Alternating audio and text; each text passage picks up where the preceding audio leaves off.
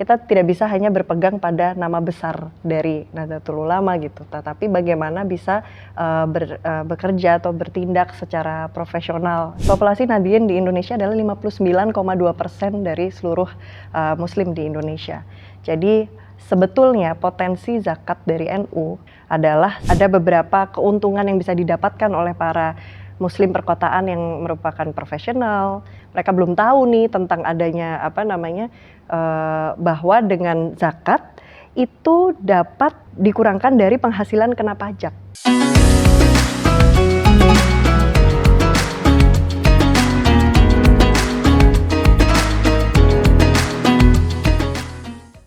Assalamualaikum warahmatullahi wabarakatuh, teman-teman. Kita berada di masa di mana kelompok-kelompok produktif kita makin tahun makin bertambah.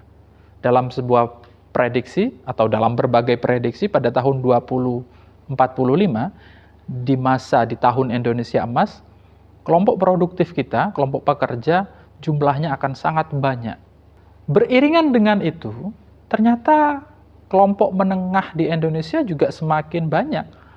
Jadi perekonomian yang makin membaik membawa kelompok miskin ini beranjak menjadi kelompok menengah. Itu tidak hanya terjadi di masyarakat luas, tapi juga terjadi di komunitas Muslim, bahkan di komunitas NU. Sekarang kita lihat banyak warga NU yang sudah menjadi kelompok menengah, yang penghasilannya juga bagus. Nah, dari fenomena itu kita akan tarik kepada potensi zakat, infak, dan sedekah. Artinya ketika kelompok menengahnya sudah membaik, makin banyak, potensi zakatnya juga akan semakin besar. Zakat, infak, dan sedekah dari kelompok menengah Muslim juga akan semakin besar.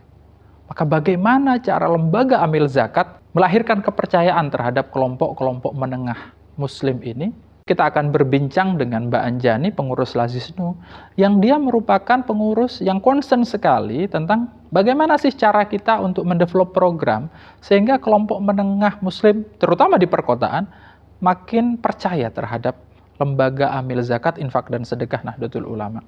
Ini penting untuk dilakukan untuk meyakinkan kepada publik, terutama kelompok menengah, bahwa Lazis ini memiliki potensi yang sangat besar untuk dipercaya karena pekerjaan-pekerjaan di dalam Lazisnu dilakukan dengan profesional, dengan develop program yang dapat membuat kelompok menengah ini nyaman untuk Lazisnu. Untuk itu, maka jangan pernah di-skip. Assalamualaikum warahmatullahi wabarakatuh. Nama saya Anjani Amitya Kirana. Saya di Lazisnu sebagai salah satu anggota pengurus. Kegiatan sehari-hari saya saat ini adalah saya professional consultant di Bank Dunia.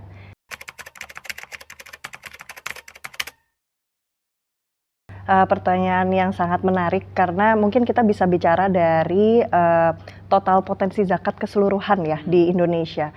Menurut data dari Kementerian Agama, total potensi zakat keseluruhan di Indonesia ini mencapai 230 triliun di tahun 2021. Di mana yang dibukukan di tahun 2021 menurut data dari Basnas adalah 12,1 triliun. Walaupun itu meningkat dari 2020 ya, yaitu sebelumnya 10,3 triliun dan di 2021 menjadi 12,1 triliun.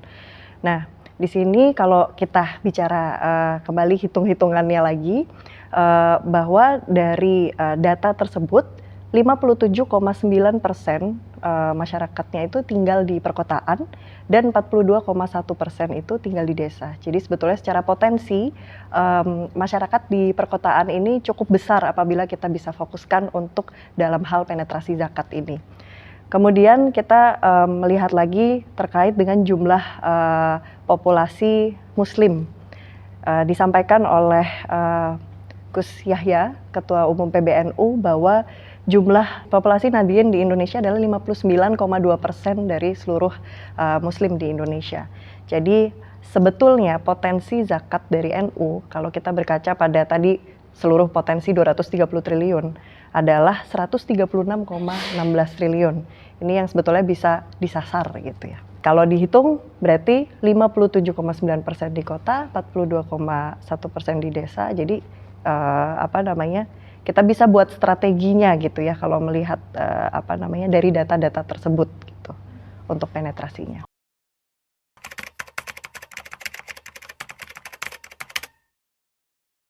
Iya, untuk strategi penghimpunan zakat dari Lazisnu itu sendiri, kita memang, harus pertama-tama melihat dari, pemetaan tadi ya, dari angkanya, dari potensinya, kemudian dari prosentase, tadi kita lihat, dari potensi penduduknya ada di kota, di desa, kemudian kita mapping lagi dari sisi usia gitu. Ternyata memang mayoritas itu ada di angkatan kerja produktif, yaitu yang usianya sampai, antara 15 sampai 55 tahun. Nah, di situ juga dipetakan lagi masing-masing karakteristik berbeda dalam hal ini berbicara penghimpunan gitu. Misalnya tadi kalau ditanyakan karakteristik perkotaan, ada yang masih mungkin, mmm, yang udah masuk generasi Z atau milenial, dia pasti tipe-tipe yang, modern, yang mungkin dia tidak pingin ribet, pengennya, simpel gitu. Tapi mungkin yang sudah ada juga yang lebih senior gitu, yang masih ingin untuk diservis gitu, artinya masih harus ada, penetrasi-penetrasi tertentu gitu. Nah, hal-hal ini sebetulnya yang, membuat Lazisnu harus membuat sebuah strategi khusus gitu ya untuk me-mapping target market ini, tapi secara gambaran besar untuk penghimpunan ini pastinya kita, ada 2 tipe gitu. Yang pertama adalah penghimpunan secara korporasi dan penghimpunan secara retail gitu. Nah, penghimpunan secara korporasi kita bisa mapping tadi dari data itu adalah data masyarakat secara end user. Nah, bagaimana data terkait dengan perusahaan-perusahaan gitu yang atau misalnya, institusi-institusi gitu yang ada di, kita bicara misalnya perkotaan gitu. Kemudian kalau di desa bentuknya komunitas-komunitas misalnya. Nah, itu kita, mapping-kan untuk melihat bagaimana, meng-approach gitu. Dan polanya memang pola kolaborasi gitu. Jadi kalau misalnya strategi terkait corporate, polanya, ibaratnya bukan lagi kita, bagaimana mengetuk pintu satu persatu misalnya gitu ya untuk kita, memohon, mereka untuk memberikan zakat, infak, atau sedekahnya gitu. Tetapi bagaimana kita bisa, dengan setelah memetakan, kita berkolaborasi untuk apa yang akan kita solusikan gitu, apa yang akan ditargetkan distribusinya ini untuk, mungkin beberapa pihak korporasi punya, interest-interest tertentu gitu. Tidak semuanya mungkin ingin ke misalnya gitu, ke yatim piatu atau mungkin ada beberapa yang ingin ke, Gorimin misalnya gitu ya.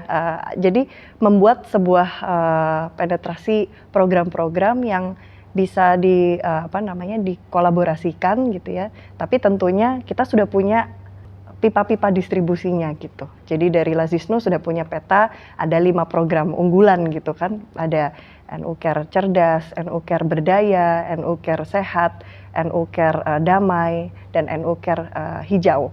Nah, dari 5 ini, kita punya kira-kira target market dari masing-masing itu seperti apa, program outcome-nya seperti apa. Nah, ketika kita, sosialisasikan atau kita coba penetrasikan ke target yang pertama korporasi, coba kita dengarkan juga dari mereka ada apa yang bisa. Jadi bukan satu pihak di sini tapi kita bersama gitu ya, berkolaborasi gitu. Nah, untuk strategi berikutnya terkait dengan retail, tadi retail berarti ke end user. Ke end user tadi kita ada model yang setelah dilihat ada yang dari sisi kota desa, ada dari sisi usia gitu. Nah, ini yang kita coba strategikan, yang paling utama adalah pastinya melalui digitalisasi gitu ya. Jadi itu juga, salah satu cara untuk mereka yang ingin, nggak ribet, cepat, transparan, mudah gitu. Tapi kita juga harus ada strategi yang, untuk retail ini, bahwa ada beberapa yang belum, walaupun mungkin tinggalnya di kota, tapi tadi belum terlalu secara literasi digitalnya belum tinggi gitu ya. Terus mereka juga saking banyaknya informasi, di kota ini banyak informasi terkait, harus ke lembaga zakat mana dan lain-lain gitu kan. Seperti saya sendiri misalnya, saya harus, misalnya kalau berzakat harus ke mana, akhirnya karena banyak sekali informasi on top of mind yang keluar, ya udah ke Basnas aja yang paling mudah gitu kan, yang paling terlihat secara komunikasi dan lain-lain. Nah, mungkin dari Lazisnu sendiri bisa ada strategi retail ini yang, melakukan penetrasi melalui kolaborasi dengan komunitas-komunitas kelas menengah yang ada di kota gitu. Karena sebenarnya banyak sekali misalnya komunitas Gen Z dia memiliki beberapa hal, misalnya mereka punya komunitas A, B, C gitu. Kemudian milenial dia punya ada perkumpulan startup dan lain-lain. Nah, ini bagaimana Lazisnu bisa berkolaborasi juga dengan mereka.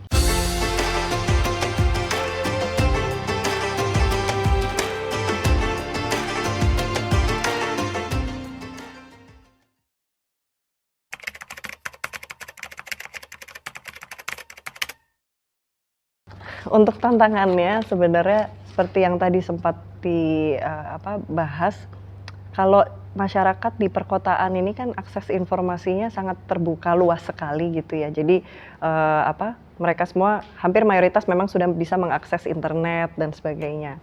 Nah, akhirnya karena informasi yang banyak tersebut, mereka jadi ada beberapa lembaga zakat, ada beberapa mungkin yayasan dan sebagainya yang sudah menggunakan tools-tools digital untuk melakukan sosialisasi gitu.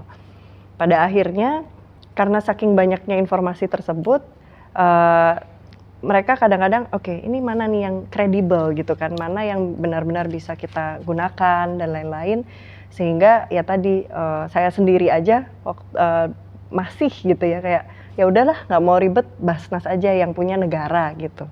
Akhirnya hal seperti itu gitu yang pertama. Kemudian yang kedua mungkin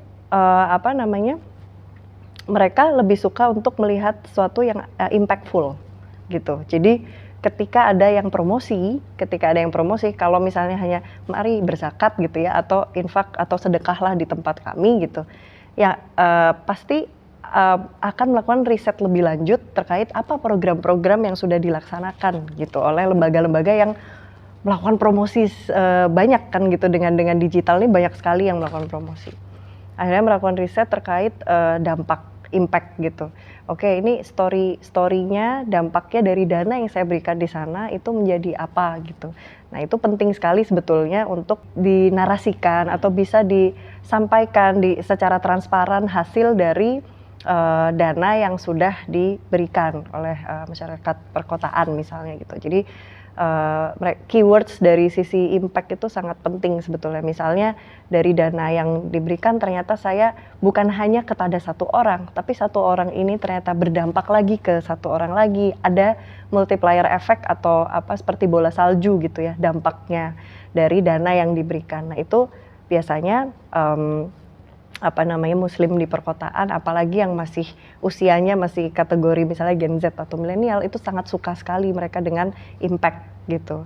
Jadi Lazisnu dalam hal ini tantangannya apabila ingin memang mungkin bisa lebih menjadi lembaga yang dipercaya untuk mereka yang ingin berzakat, infak atau sedekah, kita perlu untuk bagaimana bisa membuat program yang berdampak sehingga akhirnya menjadi pilihan bagi masyarakat yang ada di mungkin perkotaan gitu.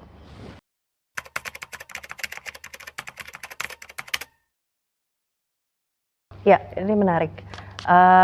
Sebetulnya itu menjadi peluang ya. Sebenarnya bisa dua-duanya, peluang dan tantangan gitu. Artinya tadi kembali lagi ke yang kita diskusikan di depan, peluang atau potensi zakat besar sekali dan ternyata yang terbukukan di Basnas itu baru mungkin 5%, 10% gitu. Artinya masih ada ruang yang bisa digerakkan untuk kita mengambil potensi zakat dengan kolaborasi tentunya. Jadi mungkin kita bukan berarti bersaing dengan satu dan lainnya. Misalnya mereka sudah, kita lihat Basnas mungkin sudah mengambil beberapa market muslim di perkotaan, tapi ada yang belum tersasar. Kita bisa masuk ke situ gitu. Kita bisa coba untuk masuk ke muzaki yang belum mungkin menyalurkan zakatnya melalui lembaga zakat.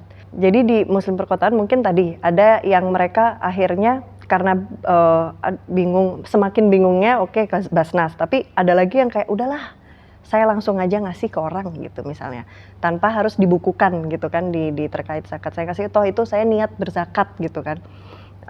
Dan itu kan sebetulnya tidak disalahkan, nggak apa-apa juga kan seperti itu mereka berdonasi atau bersedekah gitu kan gitu.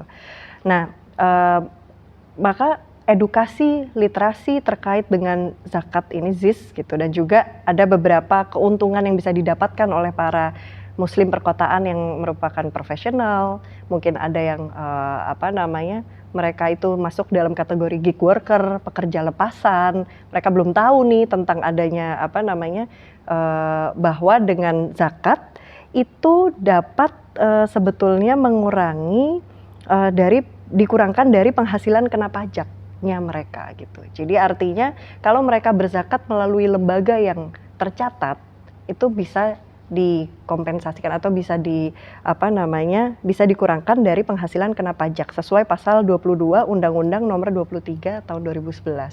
Nah, ini edukasi seperti ini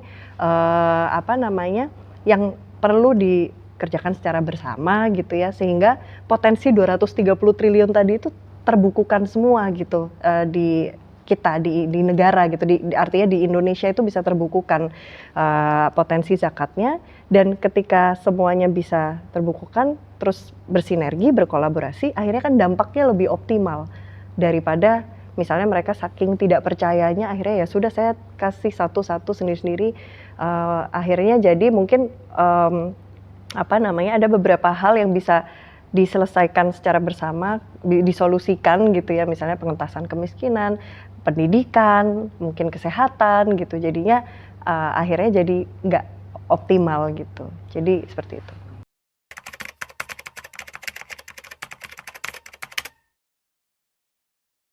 Dari branding atau nama dari Lazisnu itu sendiri itu sudah merupakan satu kekuatan tersendiri ya gitu. Jadi untuk bisa akhirnya mendapatkan kepercayaan.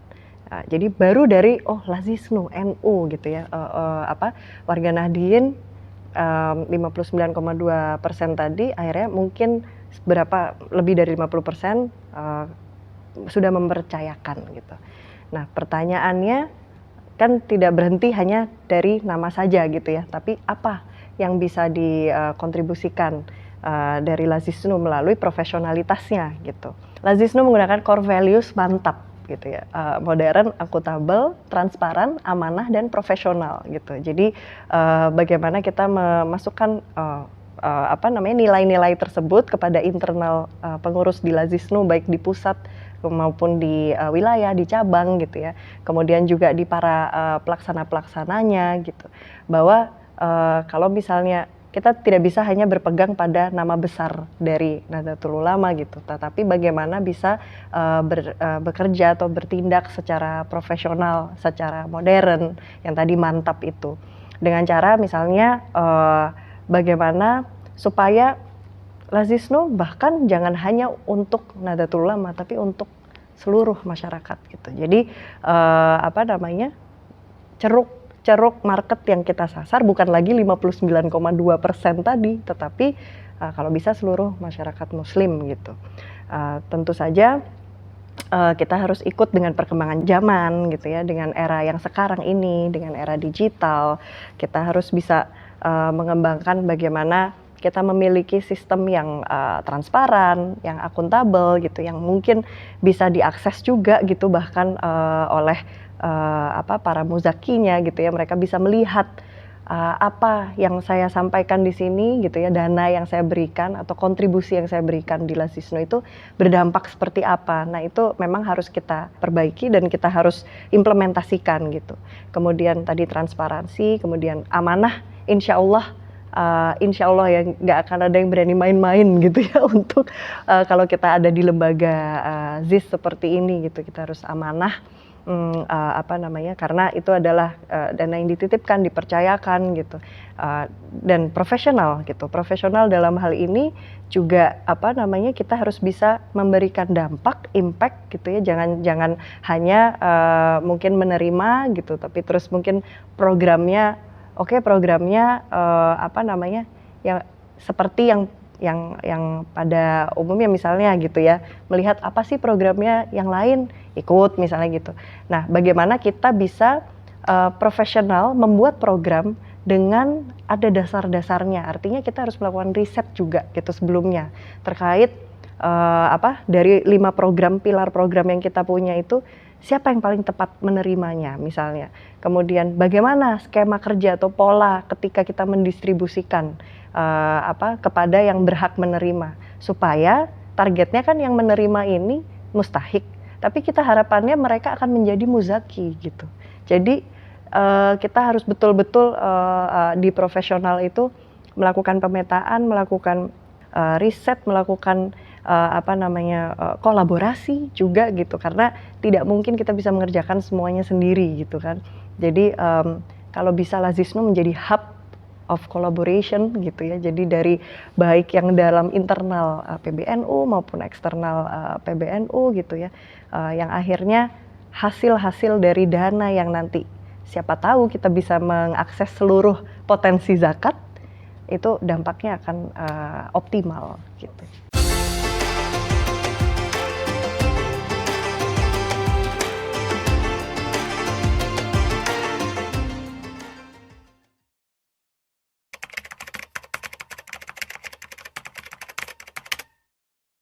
Keywords dari biasanya Muslim perkotaan yang mayoritas mungkin angkatan kerja produktif itu sebenarnya dua mereka, kolaborasi sama impact, dampak gitu. Jadi ketika kita bisa menunjukkan bahwa Lazisnu itu, ini masuk juga inklusivitas gitu kan, ketika bicara kolaborasi, dampak, akhirnya inklusivitas gitu. Ketika kita bisa menunjukkan mungkin pada cara-cara kita gitu ya untuk masuk ke market tersebut gitu, bahwa kita open to collaborate, bahwa kita memiliki program-program yang ingin berdampak gitu, artinya kita mentransformasi mustahik menjadi muzaki bersama-sama. Jadi itu mereka senang sebetulnya gitu, artinya ketika kita fokus pada keywords tersebut dan memang betul-betul kita implementasikan gitu ya, dan itu akan membuat insya Allah ya Lazisnu gitu, jadi bukan hanya lembaga filantropi untuk Nahdien gitu ya, warga Nahdien, tapi untuk seluruh masyarakat, terutama masyarakat Indonesia gitu. Catatan dari Mbak Anjani adalah bagaimana sih tantangan, bagaimana caranya kita agar bisa mendevelop program atau pendekatan atau acara-acara yang membuat kalangan menengah di perkotaan ini lebih familiar dengan Nahdlatul Ulama dan lembaga amil zakat Nahdlatul Ulama, sehingga jika ada kata zakat, infak, dan sedekah yang keluar, yang terdengar, maka yang diingat pertama kali adalah Lazisnu. Ini adalah pekerjaan kita bersama. Semoga obrolan kita membawa manfaat untuk Anda semuanya dan semakin meyakinkan diri kita bahwa Lazisnu adalah lembaga yang bisa kita percaya untuk mendistribusikan sebagian dari harta kita kepada kelompok mustadafin. Wallahul muwaffiq ila aqwamit thoriq. Wassalamualaikum warahmatullahi wabarakatuh.